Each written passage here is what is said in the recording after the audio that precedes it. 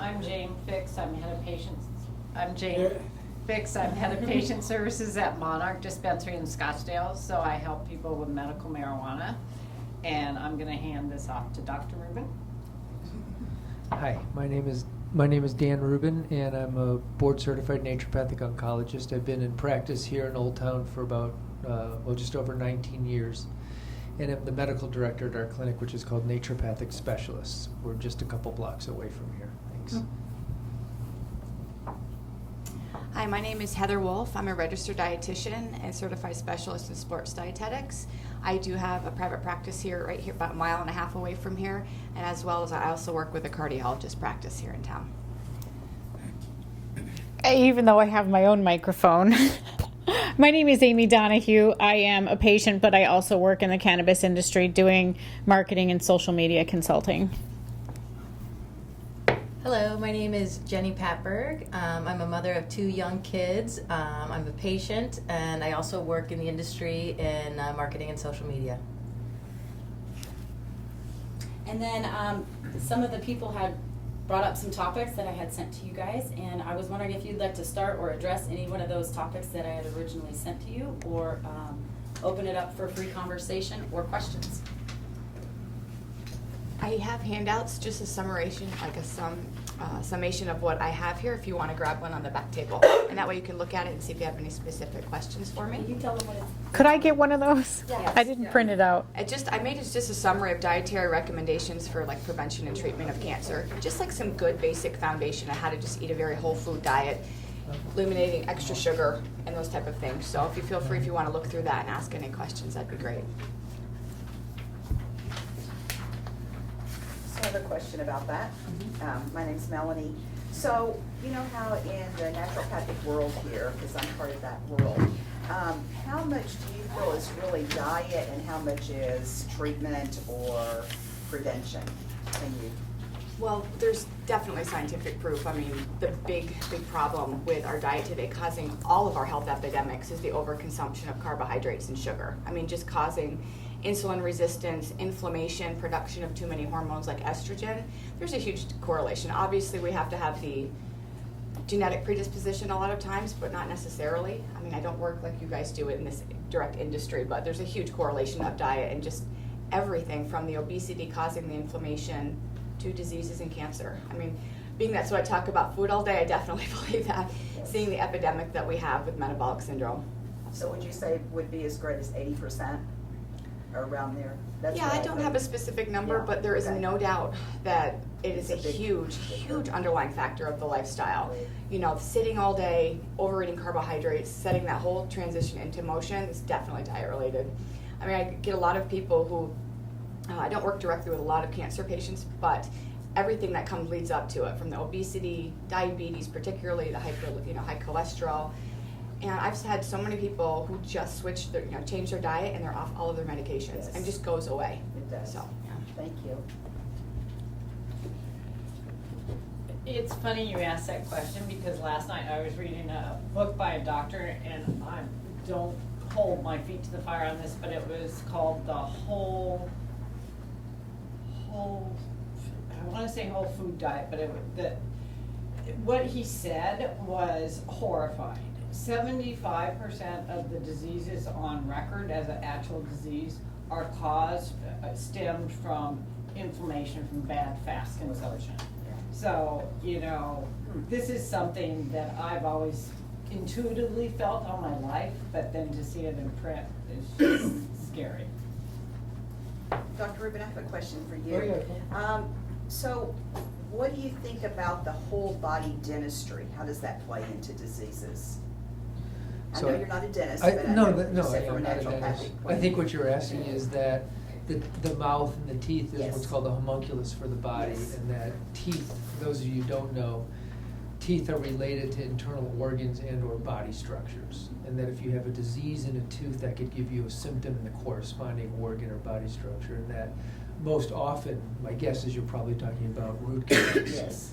And the idea is that in conventional dentistry, root canals are really just looked at as, it's a root canal, whatever, no big deal. But oftentimes, in conventional dentistry, apart from the biological dentist, you don't get a sufficient cleansing out of the cavity where the root was diseased. And so you make the canal and you still leave a little patch of bacteria or some kind of infectious disease, which isn't necessarily clinically relevant to the conventional dentist, may not show up on some kind of gum scan, but it erodes the bone. And because you're getting an infection and it's associated with a nerve, you get sort of neurological trafficking, which then causes something to happen in the body at the level of the nervous system, which then can cause disease. And so I'm educated on the pathway, and I certainly find value in it. I personally wouldn't have a root canal because of the data that's out there. It's data that's not going to be easy to be found in. Probably if you ask your conventional dentist, there's going to be no knowledge of it. But in the world of biological dentistry, and I mean the world, literally outside the United States, it's well known. Inside here, you get what you get here. This is the United States. And so I know I'm on camera, so I'm obviously, I don't know where it's going, and I'm going to have to buffer my answer. But You're I not think, as concerned about an implant as you would be a root canal, is that correct? I don't know. I think it depends who's doing the implant, what it's Yes. made out of. Then you have issues with reactivity to certain metals, and there are obviously inert metals that you can use, but everybody reacts differently, and I know, it's the same thing with getting a filling, like a composite filling or a crown. So Yes. at the end of the day, I'm just not knowledgeable enough to completely answer the Thank question. you for your answer. Yeah, thanks. That confirms it for me. Thank you. Yeah. So what would be the alternative to a root canal? Well, the only alternative I know is to take out the tooth and you just don't have a tooth there. And then you just deal with it. Or you could do an implant. You really got to go to the dentists who know and who work. I just don't know what all the materials being used are. I just haven't experienced it for myself, but we send people there pretty routinely. So, but I know a lot of people who just don't have a tooth. That's it. And then they got it cleaned out. But it's not like there's no data. There's some data to show that it's real. And then there's a lot of patient stories.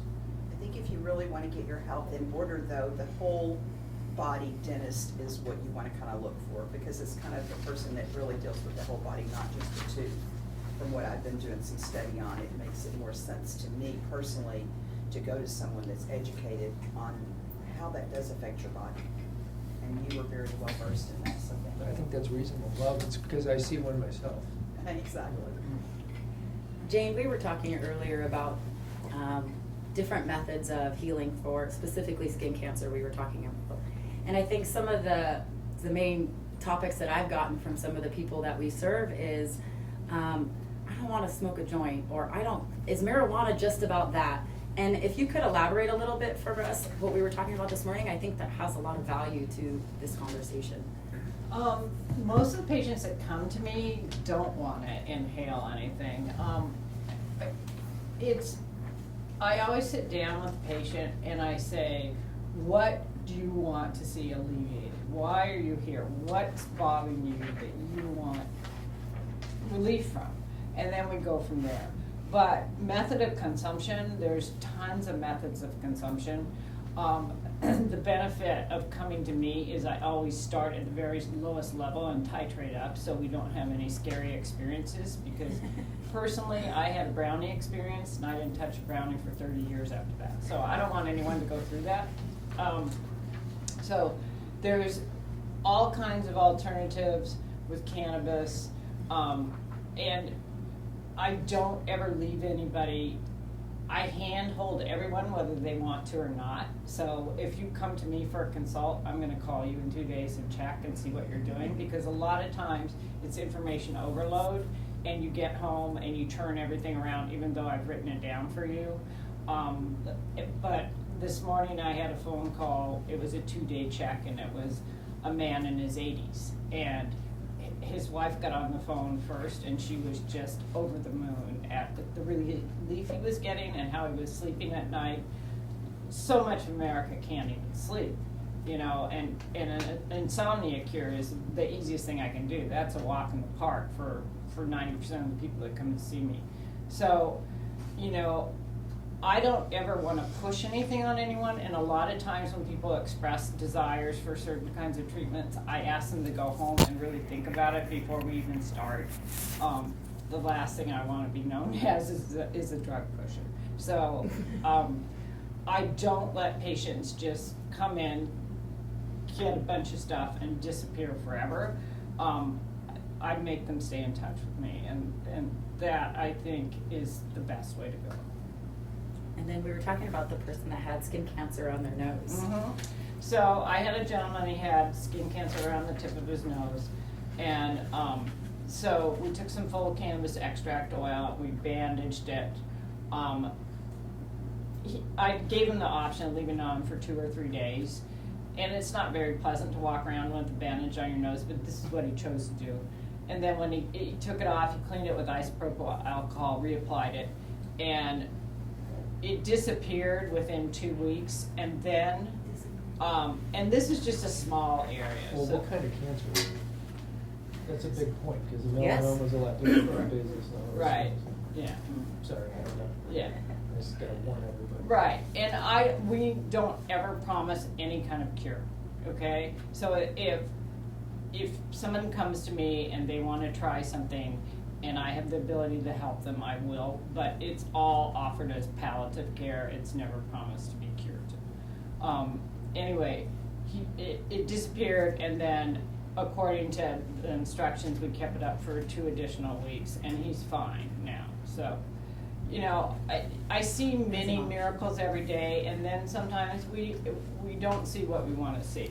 So, you know, because there's no research in the United States, it makes it very difficult to do any kind of accurate dosing, and, you know, unfortunately right now, it's kind of a crapshoot, so, I have a question, yes. and correct me if I'm wrong, I've heard some information that depending on the potency of it will to help alleviate certain ailments, is that correct? Yes. Crohn's disease, for example, when I've had some people with real chronic Crohn's disease to the point that they're just in tears by the time they get to me, and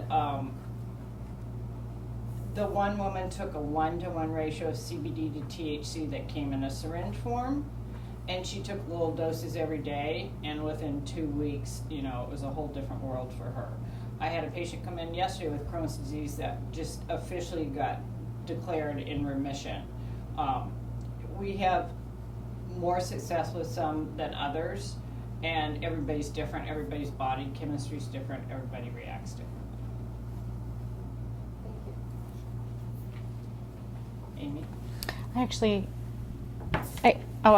2 microphones. I do have something to add when you were talking about your brownie experience. I know a lot of people who are starting out to use cannabis for medicine.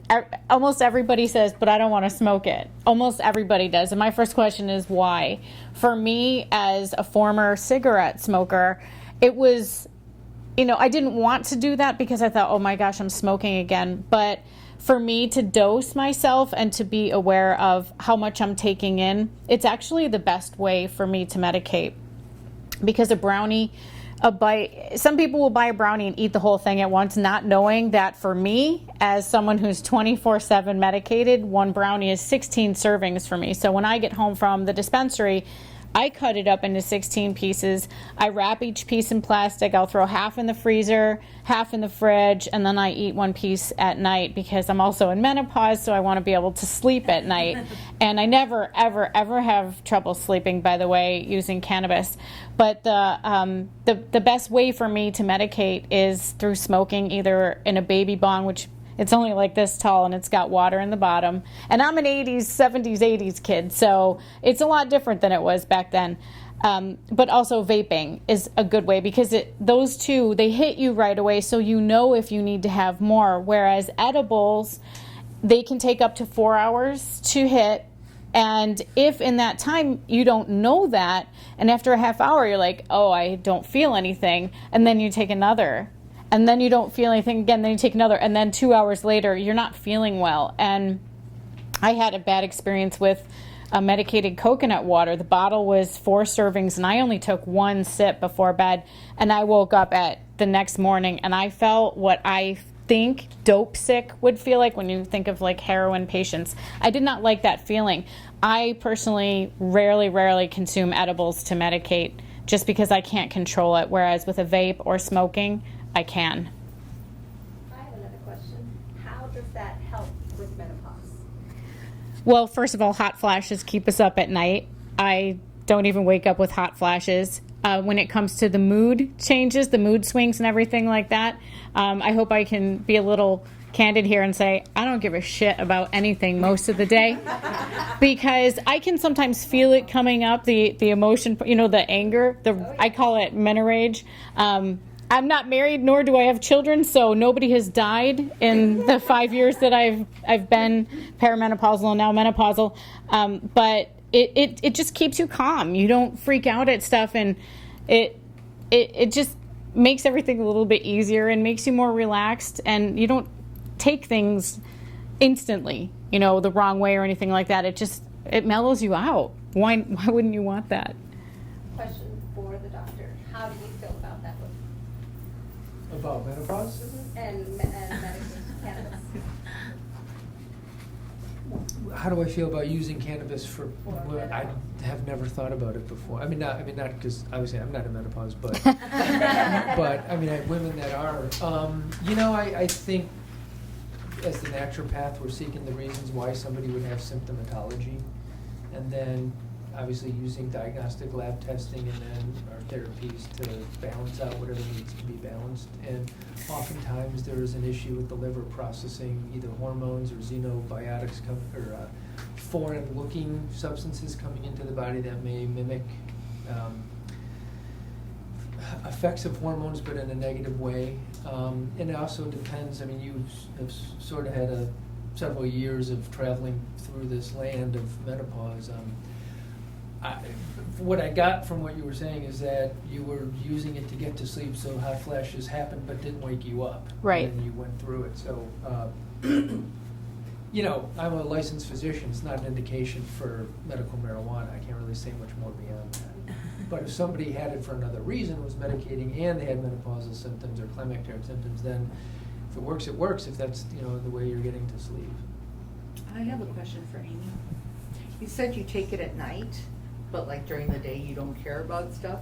Is that just on the nighttime dose? Oh, I'm medicated right now. I'm medicated 24/7. Okay, so. But I know what I'm doing because I've practiced. Right, but, okay, so you're not saying that nighttime dose carries you through the next day?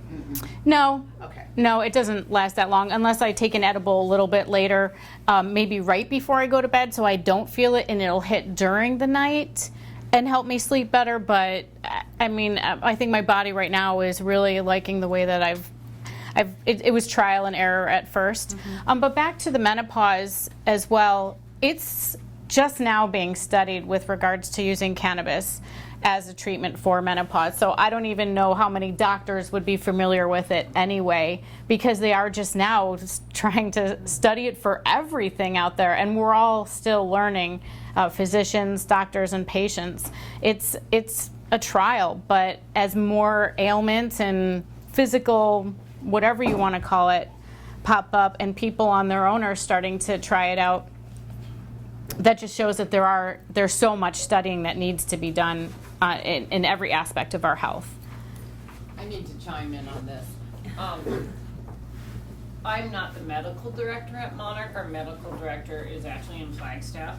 But the last class she went to for medical directors for marijuana dispensaries, they were talking about the transient potential receptor channels. So apparently in the human body there's 26 transient potential receptor channels. And the only thing, and maybe Dr. Rubin can correct me, you probably know more about this than I do, the only thing that currently goes through them is spices. When you eat a hot spicy meal you sweat, and marijuana molecules. So what she told me was the drug companies are scrambling, figuring out how to attach drugs to marijuana so they can get in those 26 transient potential receptor channels and start some healing. So it's just an amazing plant in my opinion, but of course I'm a little jaded on that one. I should also add, I don't take any pills for any of my symptoms or anything. I'm kind of anti-big pharma, so I don't take any hormone replacement or anything like that. It's strictly cannabis. I have a question. In terms of I thought it was really interesting, your comment about the smoking right away gives you a more accurate feeling of where you're at. But is there any sort, and I don't know, in terms of research, taking it orally or however else via, other than smoking it, is there still the potential of the lung cancer with regards to smoking? I'm sure that just breathing Arizona air can give you lung cancer, but because it is an anti-cancer agent for the most part, and that again, I'm not a doctor, I just know what I read. I don't think I smoke enough. I mean, we're talking like maybe 5 bong hits a day is what I take in versus, you know, when you're a smoker and smoke a pack a day, that's going to give you lung cancer automatically. But being that it can be an anti-cancer agent, I'm not worried about it at all. There is research out there, and I want to say it's Dr. Todd Mariaka, who's now deceased, and his daughter is carrying on his work. But if you Google marijuana and smoking, there is a guy who actually worked for NIDA, and NIDA was trying to get him to show that marijuana caused a lot of lung damage.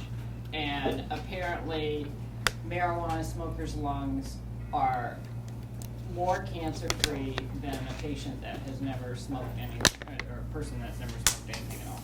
But you'll have to Google it to pull it up. I don't think it's Mariaka, I think it's Hopkins or somebody that did the research, but I know the government paid them and then they were upset. Is there any other option for immediate relief besides smoking? Oh yeah, so your buccal membranes in your mouth are a really quick uptake within about 20 minutes. So people can, we have 15 milligram capsules of THC. You can pop that gel cap in your mouth and swish it around and then swallow it down and start to feel some relief in 20 minutes. You can take a small amount of tincture, do it the same way. With a new patient, and a lot of times the patients that are on a lot of prescription drugs, their body doesn't process properly anyway, so I always pick something that will melt in this area where they're not chewing and swallowing it down and having to wait 2 hours, 4 hours, Right. something like that. And topicals. Topicals are a great way for relief.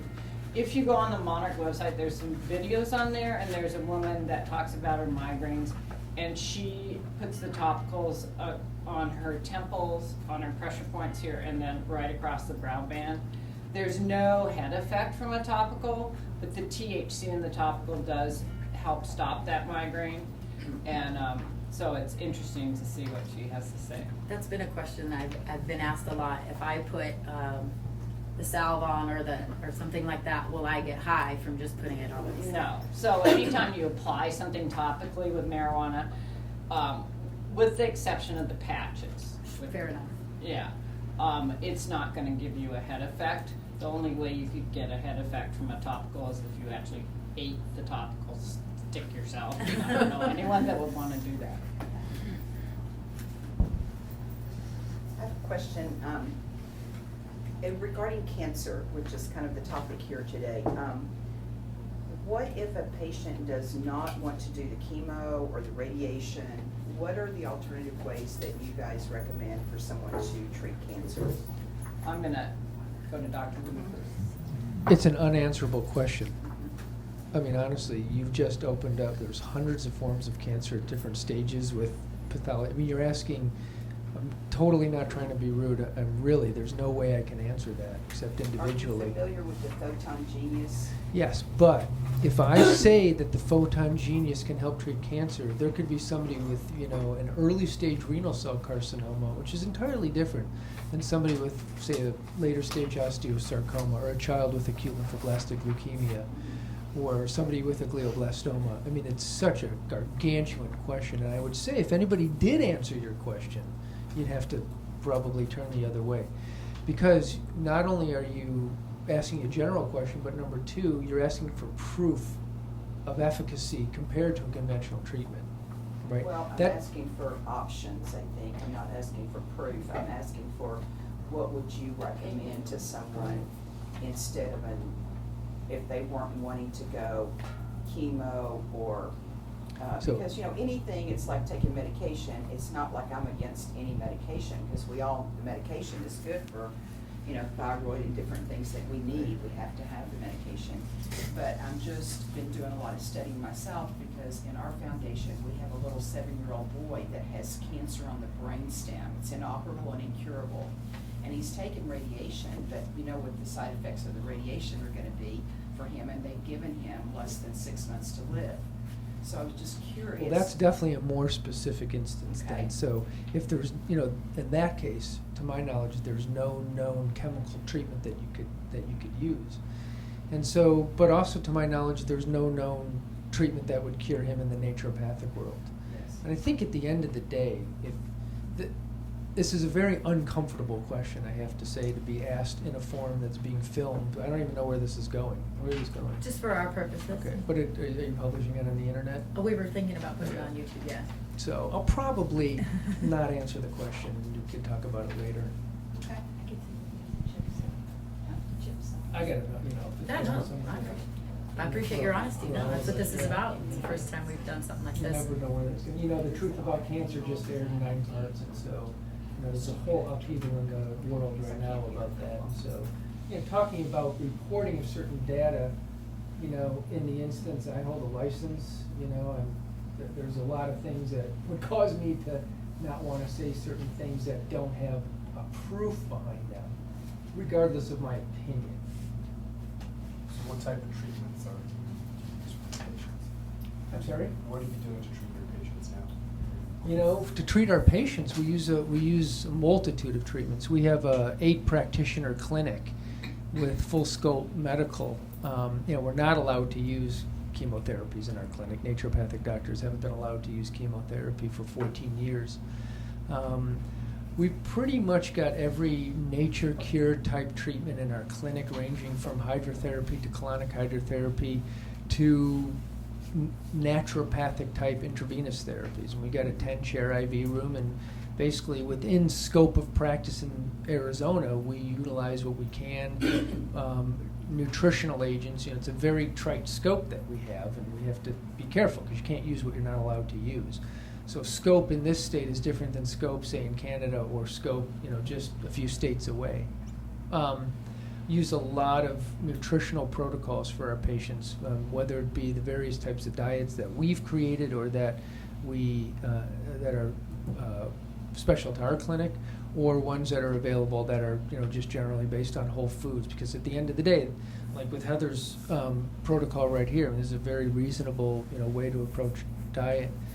One of our fortes is assessing the internal milieu of the body and trying to figure out the hospitality or lack thereof of the blood and the lymph to supportive cancer cells and or the immune system. And we're really have a knack for assessing the internal workings of the body through testing and then making a protocol. And that may be nutritional supplements, that may be a lifestyle change.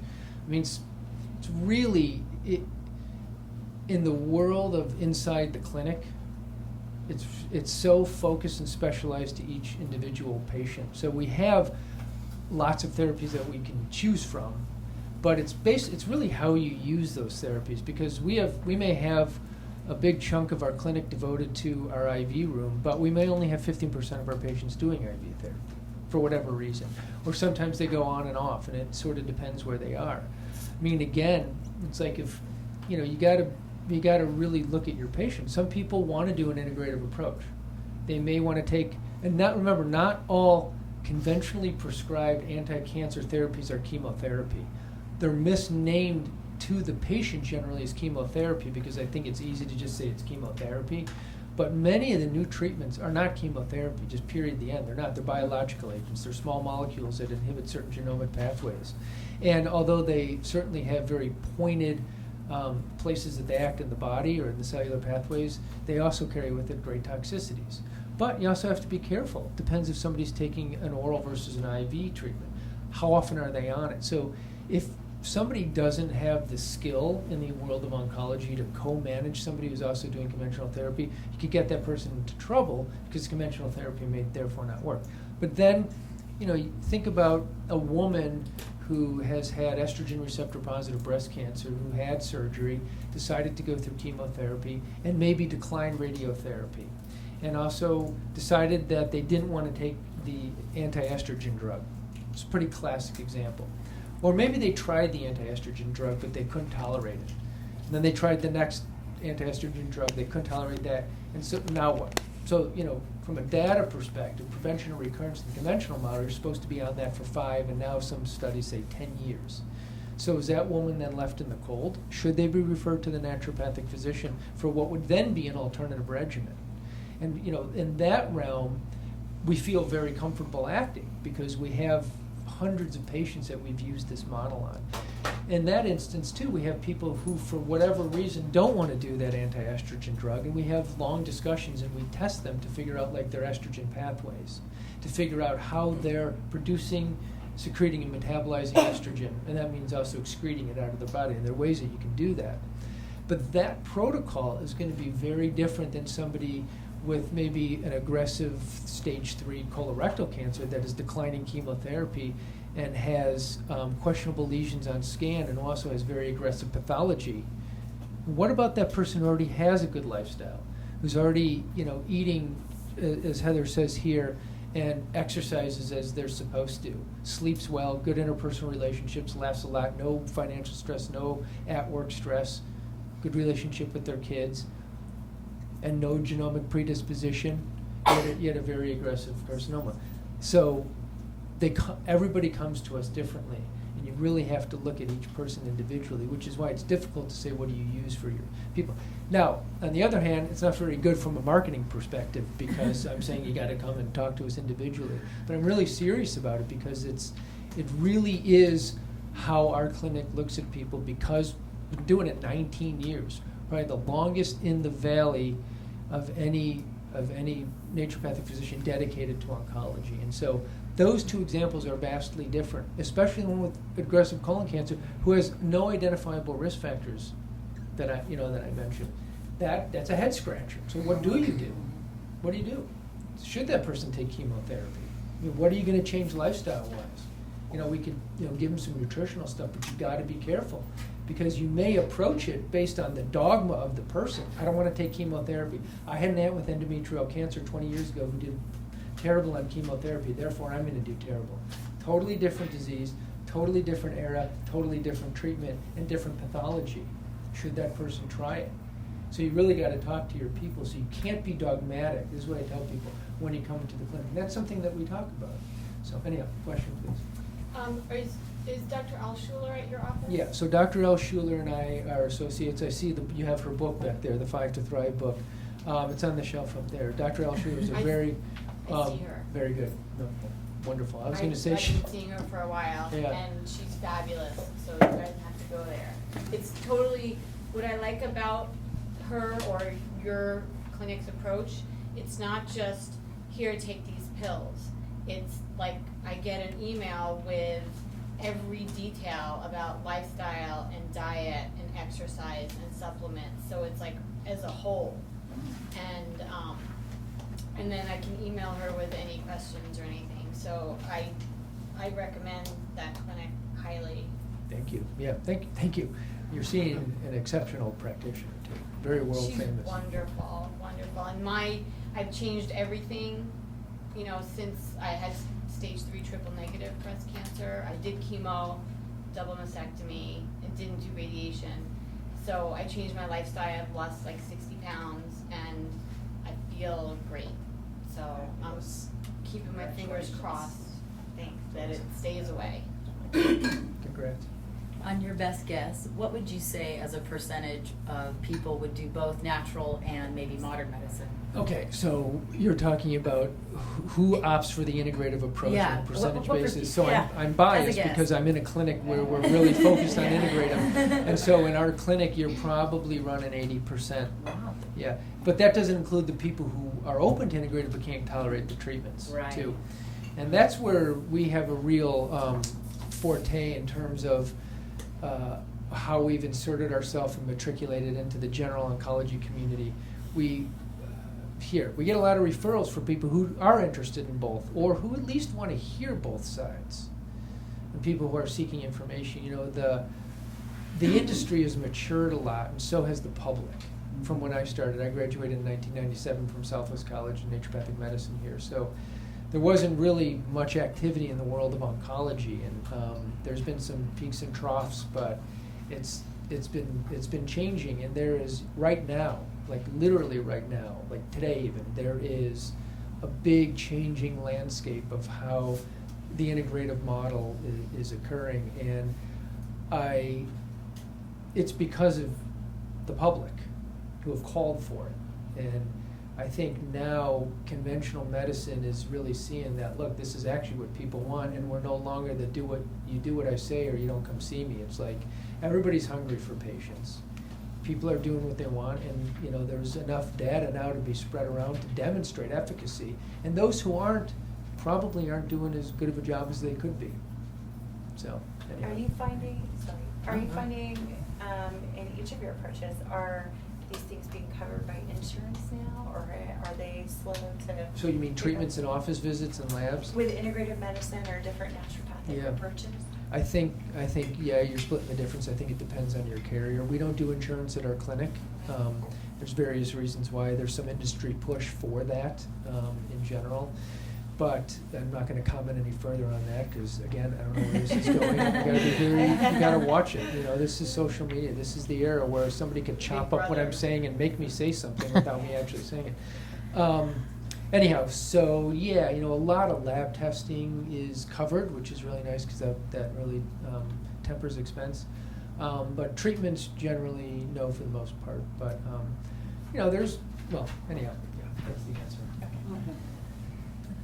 I have a question, actually, regarding, you talk about lifestyle changes and things like that. I know that personally, and I'm not a cancer survivor, but I suffer from a lot of anxiety. And I can only imagine that with a cancer diagnosis comes a lot of anxiety, on top of having to then live your day-to-day life, which in our society creates a lot of anxiety. So to any of you on the panel, what would you recommend from a natural perspective on ways that people can try to reduce their stress and their anxiety in their normal day-to-day lives? And I know it's probably a very big question, but just some tips I think is important. Because again, I guess from my perspective, I don't want to be on Xanax, or and a lot of our parents don't want to be, or on medications that's going to make them not be able to function and be a parent. So it's funny you say that, because the main thing that patients, when they sit down in front of me, talk about is anxiety, and especially cancer patients. And the worst thing you can tell somebody is don't worry, because that doesn't do you any good. So I like to say, because I found this true for myself, is when you medicate, it has a tendency to keep you right in the present. And so you're not worrying about yesterday, and you're not worrying about tomorrow. And it seems to hold true with them, but I'll tell you, a lot of times, and I'm sure everybody here knows, that people latch onto this idea and they want this one thing to save them. And so I say to people, you've got to walk, you've got to get out in the fresh air. If you're depressed and you're glum, you can't sit in a room and medicate all day and hope that's going to make you undepressed. Fresh air, walking, exercise, your body's meant to move. It's the whole integrative, and this is why I love to be around all these people, because it's not one single solitary thing that's going to uplift you if you're in a position like we're talking about. So. Yeah, like what Dr. Altshuler said, find what makes you happy, and that's part of the prescription. Yeah. And do it. Yeah. I think that's a good point to be being present for me and my experience with cannabis and having kids. It's so easy to be like, oh, hold on, I'm doing this, or in just 1 second, and you've got so many other things pulling on you at any given time. Not to mention, kids that are need. For me, when I'm feeling anxious and things are kind of, at for me, a really busy, crazy time is, in the evening. We've got to get dinner on the table, got to get homework done, got to get, everybody's coming home at the same time with the kids and the husband, and it can be a little overwhelming, with everything else. And I can take a little bit of cannabis, and I'm more present with my kids. I yell at them less. I'm able to cook dinner with a smile on my face, and and kind of get through that couple hours, the bath time and the homework and everything, just a little bit lighter than not. And I'm not an everyday consumer, but the times that I need it, it really does kind of help curb some of that grr. Another, and I'm sure that everyone's been told this, but yoga and meditative breathing. And if you feel like, I'm not flexible enough, yoga's not about being flexible. It's about clearing your head. And you can look on YouTube for different meditative breathing exercises. And it's not a 10-minute thing. It's something that you would want to dedicate a half an hour to, just like if you were going to go to the gym or a yoga class. But YouTube, you can find so many gentle yoga workouts, simple stretching. If you like chanting and singing, which I happen to do, but nobody in my life knows this, you can find ways, and that also eases stress as well as anxiety. I want to add to that. Another thing is when you do something like that, try it several times, because the first time you might not be comfortable with it, but I've done it, and the first time I just thought it was hokey. And I did it again, and it was a little bit more relaxing, and I did it again, and I've done it several times, and now I'm better at it, clearing my mind and going with it. Wait until you do that on cannabis. Your life will change. Your life will change instantly. On the same note, there's a book, Crazy Sexy Cancer, and then she talks a lot about that kind of stuff in there. It's a good book. Mm-hmm. I seem to have a bunch of questions today, but does anyone on the panel have any input as far as prevention of cancer besides dieting, as far as testing goes? Because there's the C124 or something like that, or something with the 124, and I've talked with my doctor about that, just to want to be proactive about everything, and they said that doesn't tell you whether or not you have any of the antibodies in your, of course we all have them anyway, but anybody have any input on any kind of preventative or? You're looking at me, so it looks like. Well, I didn't see anyone. I think, right. I think you're talking about the test, which is called CA-125, Yes. which is a screening test for ovarian carcinoma or breast cancer, because it happens. And it's basically an antigen it's a carbohydrate antigen that's produced normally in the body under normal circumstances, but cancer cells tend to produce more because of the type of structure of a carbohydrate that it is. It's a mucin related. Cancer cells tend to produce that. So there's a family of them. There's one called CEA, CA15-3, CA72-4, CA125, CA27-29, and it's ways. Usually they're called my cancer markers or tumor markers. Traditionally they're run post-surgically, but we like to get them right at diagnosis to see if somebody's tumor is actually producing those, and you get a level. Post-surgically they go down and they're supposed to remain suppressed, and therefore you're no evidence of disease. If they start to pop up after treatment or during treatment, then the treatment's not working. But not all cancer cells of the same type produce the same glycoproteins. And so also, if a cancer gets worse, it can revert to having produced it and then to not producing it. It's complicated. So they're not the greatest. But in terms of a generalized screening test, I'm all in. I think people should get that, especially if you have high risk. If you have a sibling, a mother, or a daughter, or a son, or a brother, whatever, that has had a certain type of cancer, and there's potentially a familial disposition, or if there's a genomic lineage in your family, then I'm in. I do it because I'd want to know, right? So if you find out you've tested, and then oh my gosh, I have cancer, what is your first step as a preventative? Yeah, so they're not diagnostic of preventative, cancer, right? They're not diagnostic, they're suggestive, highly suggestive. So then basically, the next step, if somebody comes in with a high Well, CEA is one thing, because if somebody's a smoker, they're gonna have a high CEA, but you have to use a smoker's reference range versus a non-smoker's. But then you have to, I always say if it's high and you have no other identifiable symptoms or anything, rerun it, just to make sure it was high, because labs make errors pretty consistently. We see them come through and you have to rerun stuff, and whether it be a funny stick or the machine wasn't, whatever, you probably want to do a surveillance scan just to see if you can find anything. And guess what? If you find it and you can get it out of your body, or you can change something about your lifestyle, great. That would be what we would do first. But that's really screening. I think you're also asking, it was a good question, right? And I'm glad, thanks for the opportunity to talk about that. Level ground.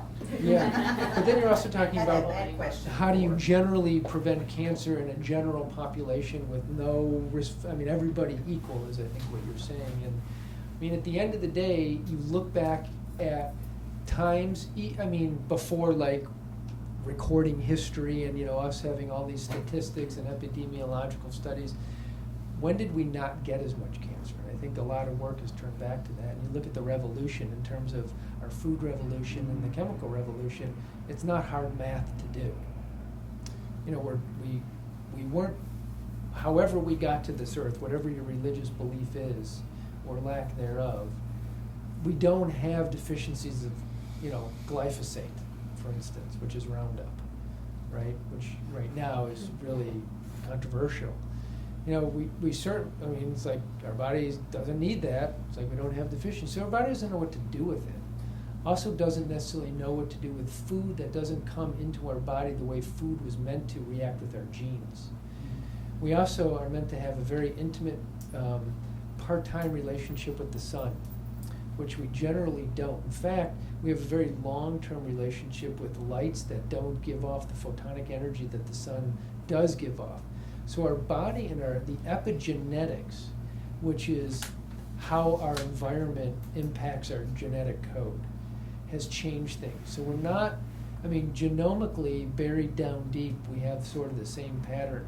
But what is presented in the general world, what we see, isn't the same as so many different, 3 to 4 million polymorphisms, or little variants in genes is how you and I differ, each one of you with me. And there's maybe about 10 to 100 that really, really make a difference and might be disease associated.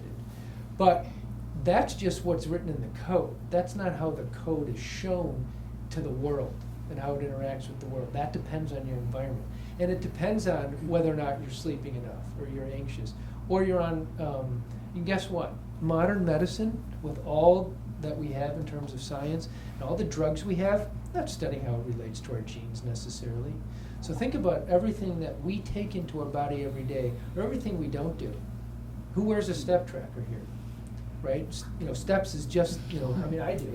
I'm curious, right? And I also promote it to my patients, so I want them to see that I'm doing something. But, 10,000 steps is just a mini version of what actually people should be doing. But think about it. You may take those steps in shoes that have a rise on the heel that's not barefoot. So that changes the position of your body. It changes the signals from your spinal cord to your brain, which changes how your genes react. Just that, even though you're taking your steps, it may be in shoes that don't really work for you. And people wearing wedges. It's like every little thing goes into this. And so how do you perfect that? I don't know yet. Because we're not going to, run barefoot by the sea in a cave and kill our food or grow it, which is, we have cancer. But at the end of the day, if you go from that point to everything that you come in contact with in an average week, literally your light, your food, your smog, your anger, the people, the wireless energy, it's really becomes a difficult equation. But that, at the end of the day, is what people figure out for yourself. So I hope that works, because Do it's you really. believe in mammograms opposed to therograms? So basically, the FDA or the United States Task Force came out with new mammogram screening guidelines, right? And basically, a lot of it is individualized depending on your age, okay? But thermograms are not the same as mammograms, period, the end. There's no argumentation, regardless of who gives the argument. They don't replace one another.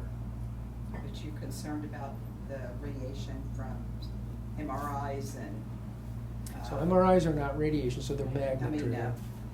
So you mean, am I No. concerned about exposure of a Yes. squash damaging, Yes. traumatized breast that's Yes. being doused with radiation? I mean, I Yes. think there's concerns.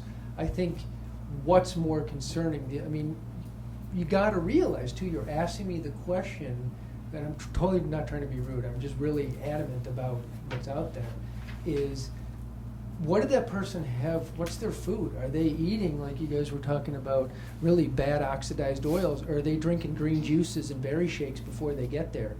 And are they taking a bunch of vitamin C? And what's their exposure level, right? Because it all impacts, you may be able to very well quench that radiation and not risk your breast as much as somebody who is eating a very poor diet, isn't exercising, in a bad relationship. It all really rolls into one. These questions have to be answered generally because I'm talking to the general public, right? But in the clinic, we break it down to each individual person. At the end of the day, if you're gonna save a life because of the mammogram, then, you gotta do it. Right. You have to do it. So it's really, it's all weight. Thank you. Yeah, well, thanks. I had an experience, my mother passed away from colon cancer, and my parents are from Canada. They ate farm to table. I was raised with no sugar, no white flour, no red meat. And when she was in the hospital and she was on morphine and she was in her final stages of life, one of the people in the doctors in the room flippantly said to me, well, this is what happens when you eat a lot of red meat. And, to this day, it still floors me that someone would be that insensitive, because there is so many different cancer-causing things in this world.